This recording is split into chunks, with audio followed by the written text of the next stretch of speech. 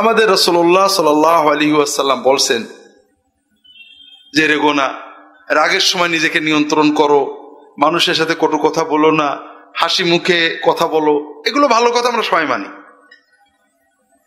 এখন আপনি প্রমাণ করে দেবেন যে রাসূলুল্লাহ সাল্লাল্লাহু আলাইহি ওয়াসাল্লাম ব্যক্তিগত কারণে কারোর দুর্ব্যবহারে রেগে কাউকে গালি দিয়েছেন, আপনি প্রমাণ করতে পারবেন না।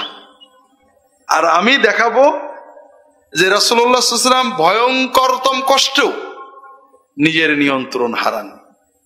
রাসূলুল্লাহ সাল্লাল্লাহু আলাইহি ওয়াসাল্লাম মদিনায়, সিরাতুন নবীর কথা, বুখারী অন্যান্য মুসলিম শরীফ অন্যান্য কিতাবের হাদিসের কথা। রাসূলুল্লাহ সাল্লাল্লাহু আলাইহি ওয়াসাল্লাম মদিনার প্রেসিডেন্ট, বাদশা, এবং তিনি নবী। আরব দেশে আগে কখনো রাষ্ট্র ছিল না, কবিলা কেন্দ্রিক ছিল। মদিনায় ইসলামের রাষ্ট্র হয়ে গেছে, মক্কা বিজয় হয়ে গেছে।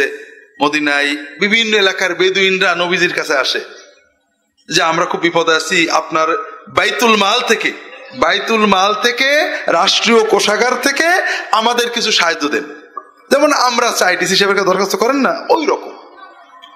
তা রাসূলুল্লাহ সাল্লাল্লাহু আলাইহি ওয়াসাল্লাম বাড়ির মসজিদের পাশে যাচ্ছেন হেঁটে, এক বেদুইন গ্রামের লোক এসে রাসূলুল্লাহ সাল্লাল্লাহু আলাইহি ওয়াসাল্লামের পিছন থেকে গায়ে চাদর ধরে দৌড়ে মারছে টান। চাদরটাও আবার খাসেন, খসখসে, মাঝে মাঝে খসখসে চাদর থাকে না, এই চাদর এরকম টান মারছে, এই চামড়ার উপর দিয়ে নুনসাল উঠে চলে গেছে। তাও হঠাৎ করে ইয়া মুহাম্মদ বলে একটা টান দিছে।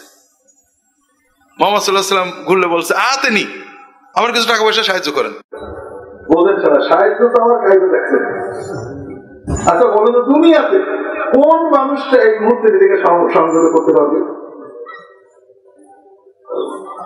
আপনি যত ভালো, আমি তো পারবো না, যত ভালো মানুষই হন, আপনি একটা রাষ্ট্রের প্রধান এবং আপনি আল্লাহর হাবিব, আল্লাহর খলিল, আল্লাহর রাসূল, আপনার চারিদিকের মানুষগুলো আপনার জন্য জীবন দিতে প্রস্তুত, আপনার থুতু মাটিতে ফেলতে দেবে না, ওজোর পানি এক ফোঁটা মাটিতে পড়তে দেবে না, সেই মানুষদের ভিতরে এসে সে গলার একেবারে চাদরটা ধরে টান মেরে গলায় নুনসাল বের করে লাল ঘা করে বলবে, মোহাম্মদ আতেনি, মোহাম্মদ আমার কিছু দেন।